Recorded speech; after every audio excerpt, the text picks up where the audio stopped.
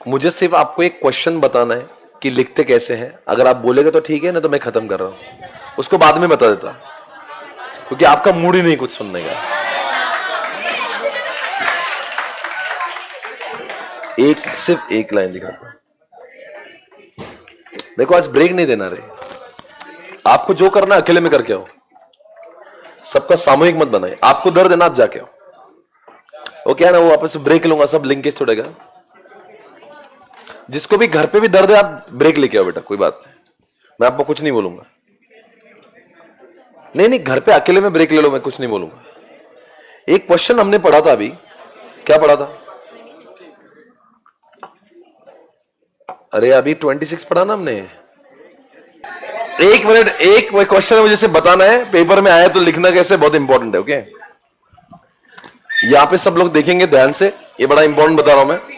इस क्वेश्चन को एग्जामिनेशन में लिखेंगे कैसे। आपकी मस्तियां खत्म हो गई है, थोड़ा सा आगे बढ़ते हैं। रमेश ओनर है यहां पे, और उसके क्या था ना, उसका Ramesh is the owner, Yashpal is son, Yashpal उसका बेटा है। द अप्रोचेस फॉलोड बाय दोनों के डिफरेंट है, दोनों अलग टाइप के लीडर है। रमेश उसका बापू है, वो क्या बोलता है, Ramesh refer to use authority. Ramesh का पापा क्या बोल रहा है कि हम लोग सब रिवॉर्ड से करते। रमेश कौन? Reward and punishment. यानी रमेश कौन? ट्रांजैक्शनल। और यशपाल जो है वो सब में क्या करता है, यानी कि यशपाल जो हो गया वो कौन? ट्रांसफॉर्मेशन। अगर ऐसा क्वेश्चन आ गया तो क्या करेंगे? नहीं नहीं, अगर ऐसा आया तो क्या करना, डायरेक्टली ऐसे उसके आंसर नहीं बोलना कि रमेश ये है यशपाल ये, ऐसा नहीं बोलना आपको। कौन रमेश क्या करता है? पब्लिक को मारता है, ठोकता है, ठीक है ना। तो क्या करेंगे, आपको ऐसे आंसर लिखते समय, क्या मैं आपको समझा दूंगा, वैसे ही फॉलो करना एग्जामिनेशन में। फैक्ट ऑफ द केस, ये आपका आंसर इस तरह से स्टार्ट होगा।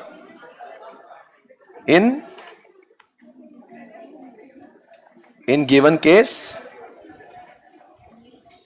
रमेश क्या कर रहा है? रमेश पप्पा है ना उसका, रमेश ओनर है, यशपाल उसका सन है। द अप्रोच दोनों के अलग है। रमेश क्या करता है? Use authority. Ramesh use rewards and क्या लिखा है? पनिशमेंट। टू किसके लिए? To motivate. वेराज क्या बोलो? वेराज Yashpal motivates through what?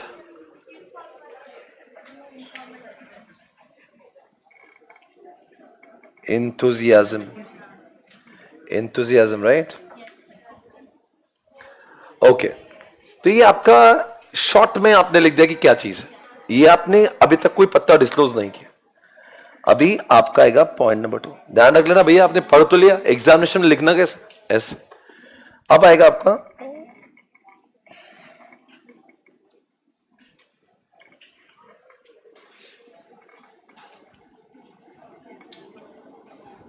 There are two types of, देख लो एक बार मैं क्या कर रहा हूं। दो टाइप की लीडरशिप की स्टाइल होती है। One is transactional,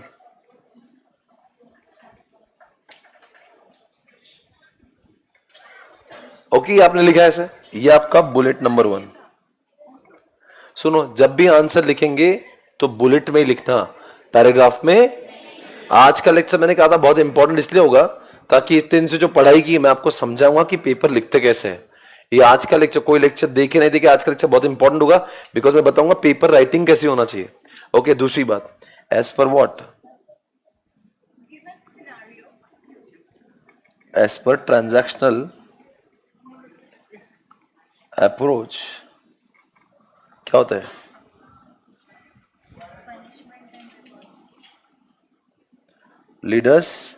leader motivates through what? Rewards and punishment. which is useful for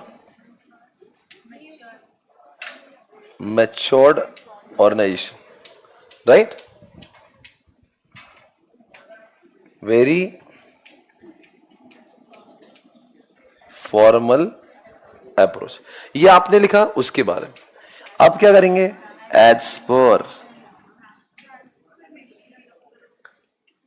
transformational, आप चाहे तो इसके लिए टेबल भी बना सकते हो. लीडरशिप, ट्रांजैक्शनल लीडर्स क्या करते हैं? वो मोटिवेट्स थ्रू देयर charismatic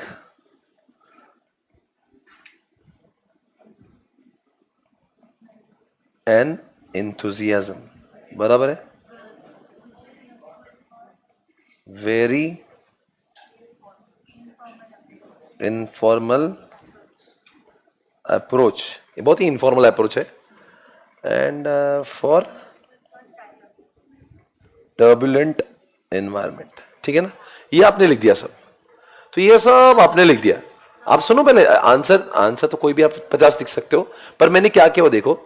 मैंने पहले यहां पे फैक्ट ऑफ द केस लिखा, फिर मैंने आपको ये एनालिसिस करके बताया कि वो क्या होते क्या है.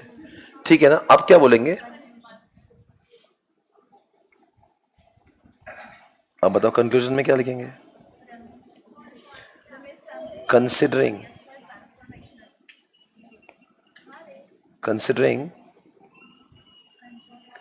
analysis and what? Fact of the case, it is understood that. क्या अंडरस्टूड किया आपने? क्या रमेश क्या कर रहे हैं? Ramesh follows transactional, whereas approach follows transformational approach. अब देखो क्वेश्चन में हुआ, समझा क्या किया हमने? कॉन्सेप्ट देख लीजिए आपको इसी तरह से. और जहां पे भी डायग्राम का मौका मिला तो डायग्राम, यहां पे इस क्वेश्चन में क्या डायग्राम नहीं थी, डायग्राम चार्ट्स वो सब यूज कर सकते हो जब जरूरत हो. तो पहले लिखते हैं फैक्ट ऑफ द केस, दूसरा लिखते हैं एनालिसिस, और तीसरा लिखते हैं कंक्लूजन. आप बताओ ये आप समझ गए कैसे? इसका फोटो खींच लीजिएगा और घर पे जाके लिख देना इसको. समझा क्या करना है आपको? बट ये लिखना बेहद जरूरी है, बिकॉज आपको यहां से समझ में आता है कि पेपर लिखते कैसे हैं. Fact of the case, analysis and conclusion.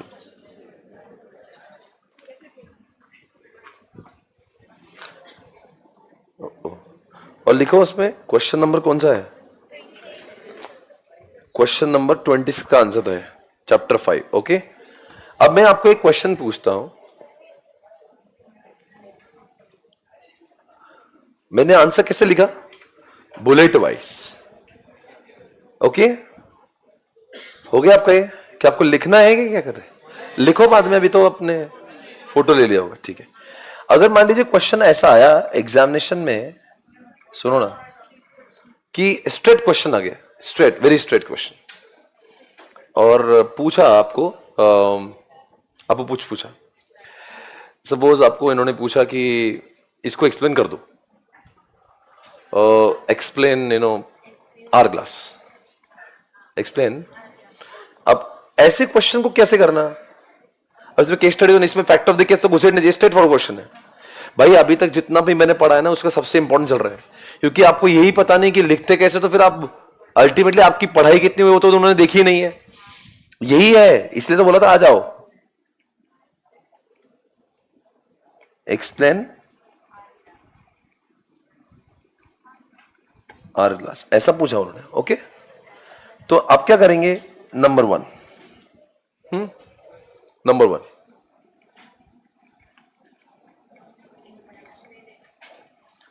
क्या इंट्रोडक्शन होगा? देयर आर मल्टीपल क्या है? स्ट्रक्चर ऑफ द ऑर्गेनाइजेशन, है ना? Like functional, simple, divisional. समझ गया मैं क्या कर रहा हूं? Multi divisional, matrix, SBU and you can say, ठीक है ना? ये मल्टीपल चीजें हैं, ये आपने इंट्रोडक्शन दे दिया, ठीक है ना? एवरी क्या? एवरी स्ट्रक्चर हैज डिफरेंट क्या? कैरेक्टरिस्टिक्स, बराबर है? सबके अपने अलग कैरेक्टरिस्टिक्स होते हैं, हमें सबके बारे में नहीं ज्ञान देना, हम तो वो मुद्दे पे आ जाएंगे बस, ठीक है ना? ये हो गया। अब मैं लिखता हूं यहां पे, और यहां पे डिपेंड्स ऑन ऑर्गेनाइजेशन की नीड्स, क्या करते हैं? ऑर्गेनाइजेशन चूज, क्या चूज करता है? समझा आपको क्या किया मैंने अब तक? मैंने कुछ नहीं किया खास, मैंने बता दिया कि ऐसा ऐसा होता है, ये मेरा लिखने का स्टाइल है, और मुझे ऑल इंडिया रैंक में आने का, ये मेरा लिखने का स्टाइल चल रहा है।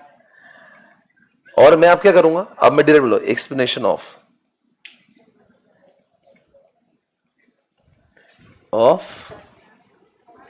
Our glass. अब मैं क्या करता हूं यहां पे एक्सप्लेनेशन के लिए, मैं क्या करता हूं, इसका एक्सप्लेनेशन देना है मुझे, तो कैसे लिखूंगा मैं? पहले करूंगा मैं इसके अंदर की डायग्राम,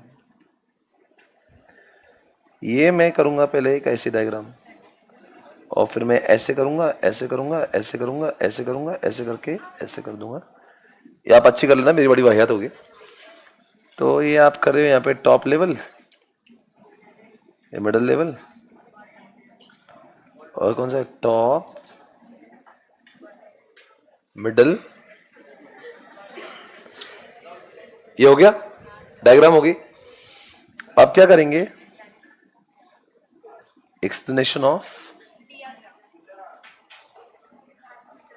समझ आ रहा है कि मैं क्या कर रहा हूं? और डायग्राम भी छोटी मत बनाना, पेल के बड़ी बनाना, आधा पेज तो वहीं खत्म हो जाना चाहिए, और भी बाजू बाजू नहीं, ऊपर ऊपर नीचे ड्रॉ करना मस्त। क्वांटिटी, क्वालिटी तो देंगे पर क्वांटिटी के साथ देंगे। पेपर रहना चाहिए 4 सप्लीमेंट लगा दी,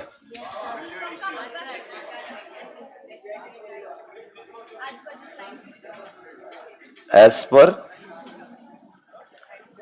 traditional approach, middle level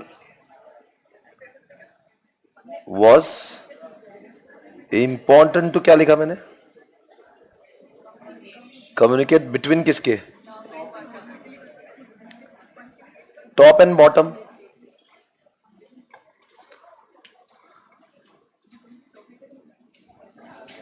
whereas middle level is shrunken in hourglass because of the usage of किसका? टेक्नोलॉजी। क्या बोला मैंने? टेक्नोलॉजी का यूसेज करने के से क्या हुआ? आपको मिडिल लेवल क्या हो गया? आपका श्रंकन हो गया। बराबर चल रहा है भाई? सुन लो मेरी बात अच्छे से। आपका टेक्नोलॉजी लेवल क्या? आपका मिडिल लेवल श्रंकन हुआ है। अब क्या हो गया इसमें? अभी मैं क्या कर रहा हूं, यहां पे एक्सप्लेनेशन दे दिया मैंने। अब मैं जा रहा हूं पॉइंट नंबर 3 पे। फीचर्स ऑफ किसके लिखूंगा? Features of.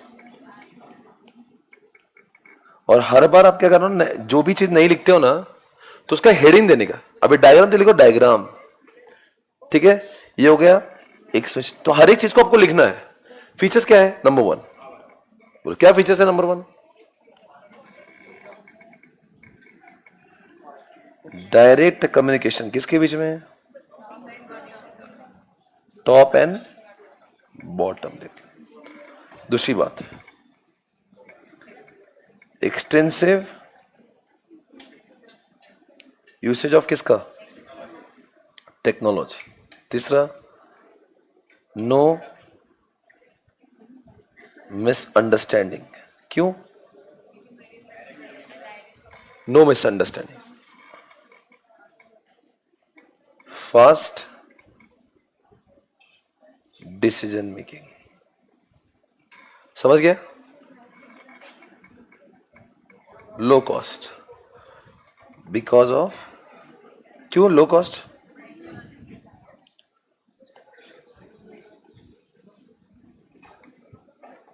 Less dependency on किसके ऊपर? Middle level. ये सब आपने लिखा भाई. अब जरा आंसर देखो कैसा दिख रहा है. आपने क्या किया है? और सुनो एक बार, मैं एक चीज बता रहा हूं आपको. मैंने कोई भी आंसर ऐसे टाइप नहीं लिखा. I believe in what giving bullets. Okay. और आपको हर एक जगह पे आपको बुलेट इस तरह से लिखोगे ना, टू द पॉइंट, टक टक टक टक टक. डायग्राम ये है. आप उसको ऐसे टाइप लिखोगे, पेल के उधर से चालू होगा. It is not an essay. He wants to read the answer. He should be very comfortable while reading the answer. सजाना है भाई. और जैसे अपन घर सजाते ना, सजावट चाहिए पेपर में, सजावट, प्रेजेंटेशन. और उसमें भी आपने नंबरिंग बराबर कर दी, बुलेट वाइज दे दिए. जो इंपॉर्टेंट वर्ड है, मिडल लेवल, श्रंकन, अंडरलाइन. समझ गया? Different characteristics, underline. जो भी आपको लगता है, whatever word you think is very very important, don't forget to underline. क्योंकि जिन रैंकर से मैंने बात की हाल ही में, सब बोले हमने इंपॉर्टेंट वर्ड्स को अंडरलाइन किया. और जब वो पेपर चेक करता है तो एक्चुअली उसका टिक मार्क उस पे होता है जहां पे तुमने अंडरलाइन किया. Please understand what I am saying. Tick mark भी वहीं करता जाए, क्योंकि उसका ध्यान लगेज उधर जाता है. Diagrams, charts, example, never ever forget. लिखते जाओ लिखते जाओ. डायग्राम बोल तो अब इसमें अगर अपने पास तो खैर अभी एग्जाम्पल नहीं है किसी का ऐसा, तो अगर आपको लगे तो एग्जाम्पल भी लिख सकते हैं. आप लिख सकते हो चाहे तो एग्जाम्पल्स ऑफ टेक्नोलॉजी,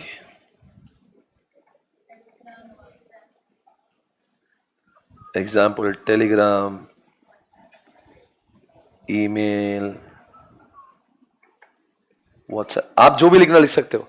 तो अभी कभी जब भी हम लोग एग्जामिनेशन में, सुनो आपको मैंने हर जगह पे एग्जाम्पल दिए हुए, तो आपके शब्दों में इतनी पावर नहीं होती है कि आप लोग हर चीज को अपने टेक्स्ट में लिख सको.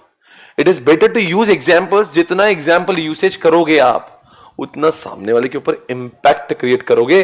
अगर आप समझो 5 फोर्सेस लिख रहे हो, तो 5 फोर्सेस डिफाइन कर दो. Now let us understand with the help of airline examples. तो आपने नीचे चालू कर दिया. बट ध्यान रहे, वक्त आपका उतना लिमिटेड होता है. ऐसा नहीं होना चाहिए एग्जाम्पल के चक्कर में 20 मार्क रह गया, उससे अच्छे एग्जाम्पल नहीं लिखे पर उड़ेंगे. बट क्या होता है कि, और बनती कोशिश करना कि हम उनकी भाषा का प्रयोग कर रहे हैं. जब हम उनकी भाषा यूज करने लग जाते हैं, सर उनकी भाषा कैसे आएंगी? आपने जब क्लास में किया, कंसेप्ट याद हो गए, हेडिंग्स याद हो गए, मीनिंग याद है, सब याद हो गया.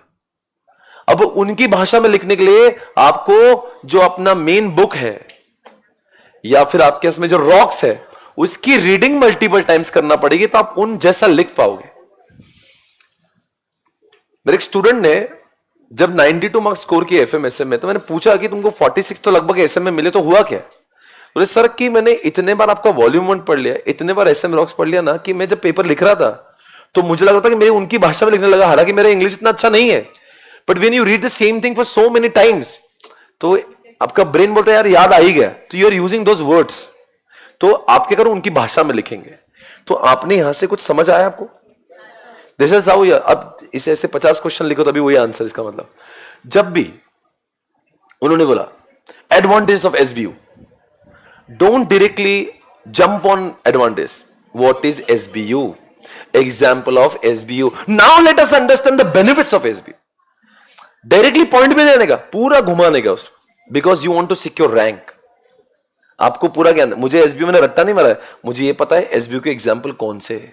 SBU, what is SBU, what are the advantage of, नहीं नहीं, what is SBU, example of SBU, then फिर पॉइंट पे आने का. अब ये कब करते हैं डायरेक्ट एडवांटेज? जब आपके इसमें पेपर में 15 मिनट बचे और 20 मार्क का पेपर बचा है, तो फिर तो आपको ठोकना ही है बस डायरेक्ट आंसर, बिकॉज तब आपके इसमें टाइम ही नहीं मिला है. पर आपको लगता है नहीं नहीं मैं एकदम इतना पढ़ा है, तो इसलिए आपको अगर उसको दिखाना है कि सच में, नहीं तो इतने सारे एग्जाम्पल दिमाग में और पेपर में कुछ नहीं, तो फिर एग्जाम्पल पढ़े क्यों छिचोरो? मतलब you know the examples, you are not writing, you are committing crime, you know it and you don't write it. भाई लोगों को एग्जाम्पल याद नहीं, वो लिखते नहीं, अपने को मालूम है अपन लिख रहे नहीं, तो अपने ऐसा कौन नहीं, वही उनको तो मालूम ही नहीं है, हमको मालूम है। अब तो यही तो इंप्रेशन जमाने का टाइम है। तो अगर वो बोल रहा है, क्या बोल रहा है, what are the advantage of SBU, ऐसा क्वेश्चन है, तो क्या लिखेंगे सबसे पहले, व्हाट इज एसबीयू, बुलेट 1 2 3 4, समझ गए, एग्जाम्पल ऑफ एसबीयू, एग्जाम्पल आप लिख रहे हो, राइट। और फिर आप आ रहे हो यहां पे, फिर आप यहां पे बुलेट 1 बुलेट 2 बुलेट 3 बुलेट 4 ऐसा लिखते चल रहे हो। समझा मैं क्या बोल रहा हूं?